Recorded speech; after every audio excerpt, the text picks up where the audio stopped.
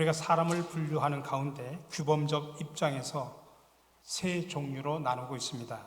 첫 번째로는 육체적 본능과 정욕에 따라가는 사람들이 있습니다. 이런 사람들을 가리켜서 자연적인 본능대로 살아간다고 해서 자연인이라고 말합니다. 우리 흔히 사람들에게 속물이라고 하는 표현을 하죠. 근데 바로 이런 사람들, 영적인 세계에 대해서 무지할 뿐만 아니라 이해하지도 못하고 다만 짐승처럼 자기 육신만을 위해서 살아가는 사람을 속물이라고 말합니다. 늘 관심과 욕망은 오직 육체적이고 세속적인 것으로 가득 차 있습니다. 두 번째로는 자기의 이성과 지식에 의해 살아가는 사람들이 있습니다. 이런 사람들은 지식을 위주로 살아가기 때문에 소위 지성인이라고 부르기는 하지만 언제나 자기가 기준이고 자기가 중심이 되어서 자기를 내세우고 자기를 자랑하고 자기 멋대로 살아가려고 합니다. 그래서 자기를 인정해주면 기뻐하지만 인정받지 못할 때는 비참한 기분에 빠져버립니다. 이런 사람에게 구제를 하라고 하면 내놓을 돈이 없지만 체면이라고 하면 얼마든지 내놓습니다. 자존심에 목숨을 걸고 평생을 살아가는 어떻게 보면 불행한 사람이죠. 마지막 세 번째가 성령에 이끌려 살아가는 사람들이 있습니다. 내 마음대로 살아가는 게 아니라 그리스도의 마음이 무엇인가 그 마음을 쫓아서 살아가려고 합니다. 자기의 생각이나 판단은 십자가 위에 못 박아버리고 주님의 판단에 따라서 성령께서 감동을 주시는 대로 살아가는 그런 사람들, 그래서 성령 주도적 인간이라고 말합니다. 오늘 저와 여러분뿐만 아니라 우리 모든 그리스도인들이 바로 이런 사람들이 되어야 합니다. 오늘 우리가 바로 이런 성령 주도적인 사람들이 되어야 합니다. 또한 개인뿐만 아니라 교회도 그렇습니다. 우리가 흔히 이상적인 교회를 말할 때 흠없는 완전한 교회, 그게 아닙니다. 성경적인 원리와 방법을 그대로 실천하는 교회를 말합니다. 이 세상에는 완전한 교회는 없습니다. 사도행전에 나오는 초대교회나 바울 서신에 나오는 여러 교회들, 또 특별히 계시록에 나오는 7교회들을 보십시오. 그 교회들도 수많은 문제들을 가지고 있었습니다. 왜 그럴까요? 사람이라고 하는 것은 그 당시나 지금이나 똑같은 문제 있는 죄인들에 불과하고 또 그 죄인들이 창출해내는 문화 역시 동일한 속성을 가지고 있기 때문에 그렇습니다. 따라서 우리가 추구하는 교회는 완전한 교회가 아니라 사도행전적인 이상을 추구하는 교회입니다. 오순절날 임하셨던 성령님이 지금도 동일하게 임하신다면 사도행전과 같은 동일한 사건이 지금도 동일하게 일어난다는 사실을 믿으시기 바랍니다. 왜냐하면 하나님은 어제나 오늘이나 영원토록 동일하신 분이기 때문입니다. 우리가 읽은 사도행전, 우리가 흔히 사도행전을 성령행전이라고 부르기도 합니다. 사도행전은 사도들의 행적을 기록한 것이지만은 사실은 성령행전이 더 맞을 것 같습니다. 왜 그러냐면 사도들을 움직이는 힘이 바로 성령이었기 때문입니다. 사도행전의 주체는 바로 성령입니다. 그래서 성령으로 시작해서 성령으로 끝나는 것이 바로 사도행전입니다. 성령이 오심으로 인해서 새로운 세대가 열립니다. 물론 예수님은 이미 공생의 마무리 단계에서 성령에 대해서 여러 번 예고하셨습니다. 요한복음 14장 16절에 보니까 내가 아버지께 구하겠으니 그가 또 다른 보혜사를 너희에게 주사 영원토록 너희와 함께 있겠다고 말씀하셨습니다.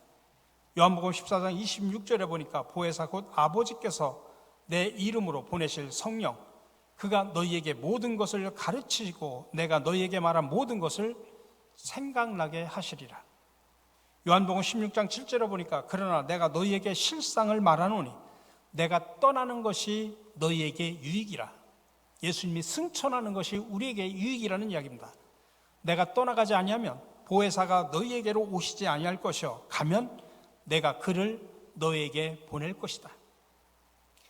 주님은 또 다른 보혜사로 오실 것이기 때문에 예수님이 우리 곁을 떠나는 것이 유익하다라고 말씀하셨습니다. 이 보혜사라고 하는 것은 위로자, 상담자, 또 곁에서 도움을 주는 자, 진리로 인도하는 교사라는 이런 뜻들을 다 포함하고 있습니다. 예수님이 이 땅에 오셔서 우리에게 또 제자들에게 가르쳐 주시고 인도해 주셨는데 이제 부활 승천하시면서 또 다른 보혜사를 보내주시겠다고 하셨습니다. 또 다른 보혜사는 예수님과 같으신 분입니다. 근데 예수님은 처음에 육신으로 오셨지만은 이제는 보혜사, 영으로 오셔서 우리를 진리와 구원의 길로 인도하신다고 하는 것입니다.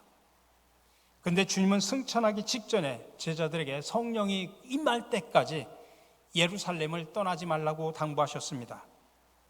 그래서 성령을 깨닫지 못하던 제자들이 마가 다락방에 모여 그 예수님의 명령에 순종했을 때 마침내 강력한 하늘의 영이 임하셨습니다. 그래서 오늘 본문 2절 3절에 이렇게 말합니다. 호련히 하늘로부터 급하고 강한 바람 같은 소리가 있어 그들이 앉은 온 집에 가득하며 마치 불의 혀처럼 갈라지는 것들이 그들에게 보여 각 사람 위에 하나씩 임하여 있더니 신약 교회가 출발하는 순간입니다. 그래야 그 전까지 있었던 제도적인 유대 종교와는 전혀 다른 새로운 공동체가 역사 속에 탄생하게 됩니다. 하나님께서는 낡고 무기력한 유대 종교에 등을 돌리시고 새로운 공동체를 출발시켰습니다. 기존의 제도적인 틀이나 조직, 성전과 같은 그런 외형을 갖추지는 않았지만 어떻게 보면 유대 종교 입장에서 보면 정말 파격적이고 급진적인 형태의 기독교가 시작이 된 것입니다. 오늘날 신약의 교회들은 바로 이 사도행전의 교회의 원형을 바라보면서 그런 모습이 우리 가운데 계속 일어나기를 소망하는 것입니다. 그래야 우리가 성령의 역사를 경험할 수 있기 때문입니다. 토저 박사라고 하는 분이 하나님을 추구함이라고 하는 책에서 아주 의미심장한 이야기를 했습니다. 오늘날 교회에서 성령님이 몸을 빼시면 우리들이 하는 일의 95%는 계속될 것이다. 그리고 아무도 무슨 변화가 생겼는지 눈치채지 못할 것이다. 그렇지만 초대교회에서 성령을 제외시킨다면 그들이 하고 있는 일의 95%는 중단될 것이다. 그리고 누구나 그 차이를 직감할 것이다. 바로 이 토저 박사의 지적은 뭐냐면 오늘 우리와 우리 교회 모습을 아주 적나라하게 보여줍니다. 초대교회는 성령의 인도와 다스림 가운데 존재했습니다. 그리고 늘 성령 충만함 속에서 예배를 드렸습니다. 성령 충만함으로 목숨을 걸고 담대하게 나가서 그리스도의 복음을 전했습니다. 모든 사역을 성령과 함께 했습니다. 한마디로 말하면 초대교회는 성령님이 이끄시는 교회였습니다. 근데 오늘의 교회는 성령님이 우리 곁을 떠나도 교회는 아무런 문제가 없이 잘 돌아갑니다. 아니, 성령님이 우리 교회를 떠났다는 사실조차도 많은 사람들은 눈치채지 못합니다. 결국 성령님과 상관없이 일하는 교회가 되어버립니다. 성령님이 계셔야 될 자리에 사람이 차지합니다. 그래서 성령님이 이끄시는 교회가 아니라 당회나 위원회가 이끌어갑니다. 성령님이 이끄시는 교회가 아니라 사람이나 각종 프로그램이 교회를 주도합니다. 교회 주인이신 성령님은 그냥 구호로만 벽에 걸려 있습니다. 모든 일에 성령님에게 결제받는 일이 하나도 없습니다. 그래서 성령님은 이 교회 주인이 아니라 가끔 방문하시는 손님 정도로 생각합니다. 우리 교회는 어떻다고 판단하십니까? 그래서 저는 오늘 사도행전을 통해서 성령에 의해 움직이는 교회의 특징들을 살펴보면서 저와 여러분과 우리 교회가 함께 추구해야 될 교회 모습들을 한번 찾아보려고 합니다. 첫 번째로 성령에 의해 움직이는 교회는 역동적입니다. 사도행전의 교회는 늘 역동적이었습니다. 사도행전이라는 말 자체가 행동을 강조하는 것입니다. 움츠리고 가만히 있는 것이 아니라 행동하는 것입니다. 오늘 본문 말씀에 보니까 성령이 임하실 때 바람과 불의 이미지로 나타나셨는데 바람이나 불은 항상 역동적이고 강력한 자연 현상이 일어나듯이 영적 세계에도 이런 일이 일어난다고 하는 것입니다. 누구도 인위적으로 막을 수 없는 강력한 역동성이 제자들 안에 일어났습니다. 그래서 대표적으로 베드로의 태도가 돌변을 합니다. 그의 입에서 하나님의 말씀이 막 거침없이 튀어나옵니다. 두려움 없이 담대하게 말하고, 옛날에는 예수님을 부인하고 3번씩이나 그렇게 도망다녔던 베드로가 성령을 체험한 이후에 담대하게 말씀을 전하고 그것을 따르는 사람들이 속에서 강력하게 일어나니까, 두려워하는 사람들이 누구냐면 그 당시에 종교 지도자들입니다. 그래서 그들이 복음을 전하는 것을 금지하고 위협을 합니다. 그때 베드로와 요한의 반응이 사도행전 4장 19절 20절에 나옵니다. 베드로와 요한이 대답하여 이르되 하나님 앞에서 너희 말을 듣는 것이 하나님의 말씀을 듣는 것보다 옳은가 판단하라. 우리는 보고 들은 것을 말하지 않을 수 없다. 증인으로서 확신에 찬 모습으로, 이전에는 전혀 볼 수 없었던 모습으로 지금 대응합니다. 이처럼 사도행전의 분위기는 정적이기보다는 동적이었습니다. 그건 잔잔한 강이 아니라 파도치는 바다의 이미지입니다. 저녁 노을보다는 아침에 솟는 태양을 더 닮았습니다. 이렇게 성령이 역사하는 교회는 항상 역동적입니다. 형식화된 유대 종교에서는 결코 볼 수 없는 일입니다. 억지와 강요로 나오는 그런 순종이 아닙니다. 사도행전의 교회는 아무도 막을 수 없는 일들이 막 일어납니다. 베드로가 설교할 때 한 번에 3,000명, 5,000명씩 회개하고 돌아옵니다. 이게 무엇을 말하는 겁니까? 사람이 하는 일이 아니라는 것입니다. 어떤 것으로도 막을 수 없는 통제 불가능한 역사들이 일어나고 있다고 하는 것입니다. 약속했던 성령 임하시고 위로부터 능력이 임하니까 성령 공동체는 이렇게 구원의 역사가 파도를 칩니다. 그러니 여러분, 교회 안에는 정확한 공식이 하나 있는데, 하나님의 일은 인간의 힘으로는 할 수 없다고 하는 것입니다. 인간의 힘으로 하는 것은 뻔합니다. 조직을 만들고 예산을 세우고 회의에 회의를 거듭하고 그러다가 싸우고 시험 듭니다. 인간이 하는 일은 거기서 거기입니다. 할수록 힘은 들고 갈수록 지쳐서 시들시들해집니다. 왜요? 내가 한 것이기 때문입니다. 그러니 여러분, 우리가 예수를 믿어도 성령을 경험해야 됩니다. 성령 체험 없이 하나님의 일은 할 수가 없습니다. 성령을 받지 않고 할 수 있는 일은 교회에서는 아무것도 없습니다. 성령을 경험하지 못했는데 어떻게 영의 일, 하나님의 일을 감당할 수 있습니까?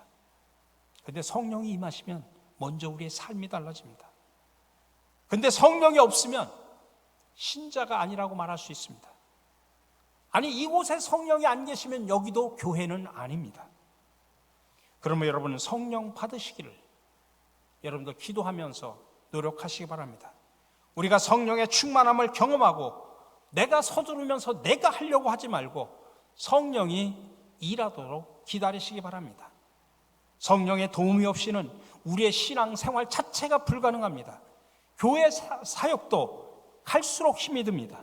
그냥 마른 행주에서 막 쥐어짜는 것 같습니다. 그러나 성령이 역사하시면 폭포가 쏟아듯이, 아니면 분수가 치솟아 오르듯이 강력한 공동체로 변화가 됩니다. 성령이 충만하다는 것은 신적인 에너지가 넘친다는 뜻입니다. 그래서 한계를 뛰어넘고 땅끝까지 이르러서 복음의 역사가 일어나는 것입니다. 그게 바로 역동성입니다. 우리 교회가 성령이 이끄시는 대로 맡기면 이렇게 강력한 일들이 일어날 줄로 믿습니다. 두 번째로 성령에 의해 움직이는 교회는 자유롭습니다. 사람이 움직이려고 하는 것은 인간의 힘으로 제도화, 조직화되어 있습니다. 여러분, 우리가 종교라고 하는 것은 사실 어떻게 보면 엄밀하게 말하면 인간이 만든 겁니다. 그래서 다분히 인위적입니다. 그러나 사도행전의 교회는 제도화된 유대교와는 엄격히 차별이 됩니다. 유대 종교는 제도적인 틀이 너무나 확고하게 자리 잡고 있어서 그 틀들로 인해서 오히려 낡고 생명력이 없어져 버립니다. 사람을 살리는 종교가 아니라 강압적으로 사람을 이끌고 갑니다. 그런 종교는 두려움을 주는데 우리는 두려움의 영이 아니라 성령, 자유의 영을 받아야 됩니다. 그래서 사도행전의 교회는 그런 낡은 틀들을 거부했습니다. 초대교회는 직분이나 조직 중심으로 움직이는 교회가 아닙니다. 사도행전의 교회를 움직이는 힘은 오직 성령뿐이었습니다. 성령의 기름 부으심이 남종과 여종에게 부어졌습니다. 그러니까 사도행전 교회의 딱 초점은 하나입니다. 성령을 받았는가 안 받았는가입니다. 우리는 뭔가 일을 하려고 하면 항상 조직을 만들고 거기다 장을 뽑고 총무를 뽑고 사업 계획서를 만들어서 사람을 얽매고 부담을 주는 경향이 있습니다. 그러나 초대교회는 수만 명의 초대형 교회였지만은 조직이라는 게 별로 없습니다. 그냥 7집사 정도 세웠습니다. 그러면 그 큰 교회가 무슨 힘으로 움직였을까요? 오로지 하나, 성령의 힘이었습니다. 성령의 사람들을 움직였습니다. 그 안에 주의 영이 임하신 겁니다. 그런데 현대 교회는 성령의 역사가 없어도 현대 교회는 잘 돌아갑니다. 왜 그럴까요? 조직의 힘입니다. 근데 그런 교회는 언젠가는 죽게 되어 있습니다. 성령이 역사하지 않으면 중단되는 교회, 그게 진짜 교회입니다.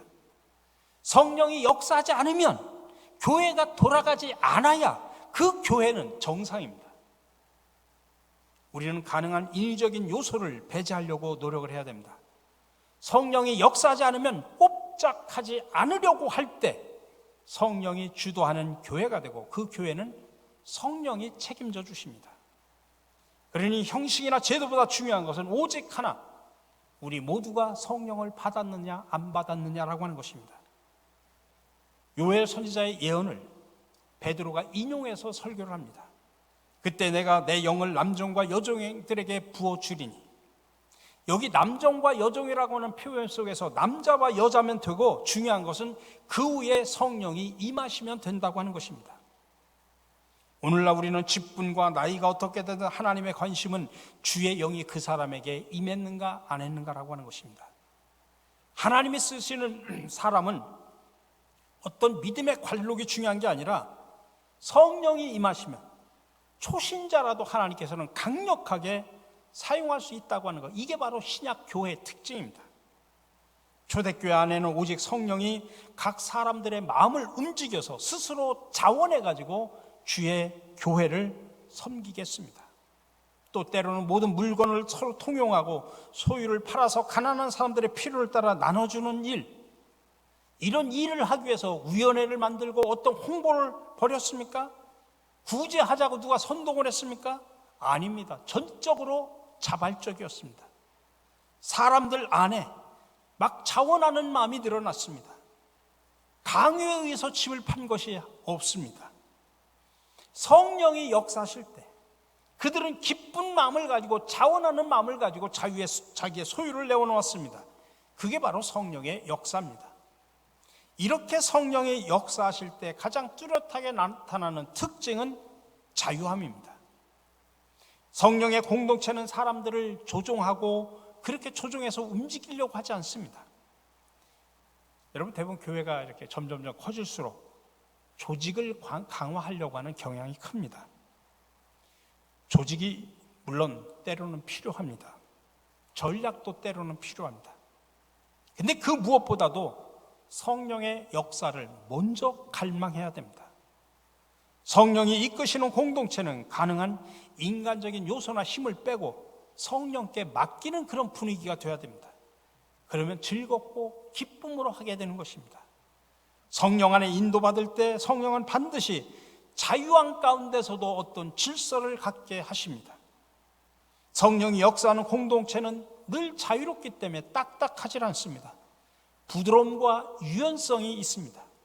제도와 관습, 문화와 전통 안에서 억압되고 묶여있는 것들로부터 풀려나게 됩니다. 성령이 주시는 자유함을 가지고 주를 섬기고 우리가 신앙생활해야 우리가 힘과 능력이 생기게 되는 것입니다. 여러분, 많은 사람들이 우리 교회에 처음에 와가지고 처음 느끼는 분위기가 참 중요합니다. 우리 교회 딱 왔는데 우리 교회는 어떤 사람이 또는 어떤 강력한 조직이 또는 어떤 무슨 프로그램 이런 것들이 보이는 것보다 이 교회는 무언가 표현할 수 없는 힘에 의해서 움직여지고 있구나라고 느낄 때 그 교회는 건강한 교회입니다. 그 힘이 바로 성령이어야 한다는 이야기입니다. 이런 많은 사람들이 모인 공동체를 누가 이끌 수 있겠습니까? 바로 성령이 하실 수 있다는 이야기입니다. 우리 모두가 성령의 인도를 받고 움직이고자 한다고 하면 성령은 완벽하게 우리 공동체를 책임져 주시고 이끌어 주신다는 사실을 기억하시기 바랍니다. 그래서 우리가 성령의 감동하신 가운데 인도받을 때 우리 교회는 자유의 영으로 모든 성도들이 춤을 추듯이 주님을 섬기게 되게 되는 것입니다. 마지막으로 성령에 의해 움직이는 교회는 매우 밝습니다. 오늘 2장 46절에 보니까 날마다 마음을 같이하여 성전에 모이기를 힘쓰고 집에서 떡을 떼며 기쁨과 순전한 마음으로 음식을 먹고라고 표현하고 있습니다. 그들은 날마다 모였습니다. 근데 그냥 모인 것이 아니라 모이면 떡을 떼고 음식을 나누고 거기에 기쁨이 흘러 넘쳤다는 이야기입니다. 모일 때마다 같이 먹는다고 하는 정말 중요합니다. 잔치집 같은 분위기입니다. 또 마음을 같이 했다는 말은 서로가 하나 되고 화평함이 있었다는 것입니다. 근데 사도행전 4장으로 넘어가면 서로 물건을 통용하는 이야기가 나옵니다. 그냥 완전한 가족 공동체죠. 그 안에 어떤 걸리는 것이 하나도 없었습니다. 그야말로 거의 완벽한 공동체입니다. 이전에 유대 종교에서는 율법 아래서 그들이 모이면 서로 정죄하고 판단하고 따지고 경직됐지만 사도행전의 교회는 모여도 늘 축제의 장, 잔치의 자리, 기쁨의 장이었습니다. 되게 잘 되는 교회는 너무 행복하고 좋으니까 자연스럽게 전도를 합니다. 우리 교회 한번 와봐라 자신 있게 말합니다. 근데 안 되는 교회는 우리 교회 절대로 오지 마, 나도 힘들어. 또 그 안에 늘 불만과 불평이 나옵니다. 행복하지 않습니다. 모이면 늘 서로 판단하고 비난합니다. 무언가 경직됐고 하려고 하는 분위기보다는 하지 않으려고 하는 분위기가 지배적입니다. 46절에 보니까 날마다 마음을 같이하여 성전에 모이기를 힘쓰고 모이기를 좋아했다는 이야기죠. 왜 그럴까요? 모이면 좋기 때문입니다.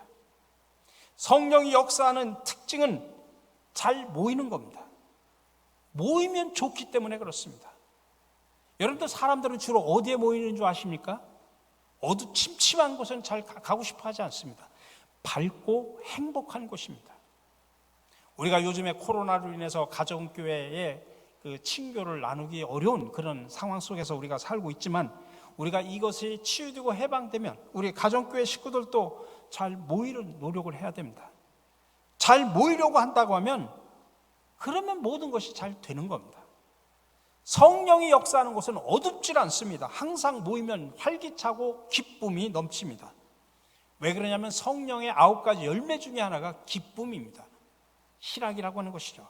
그래서 성령 충만이라고 하는 것은 기쁨 충만입니다.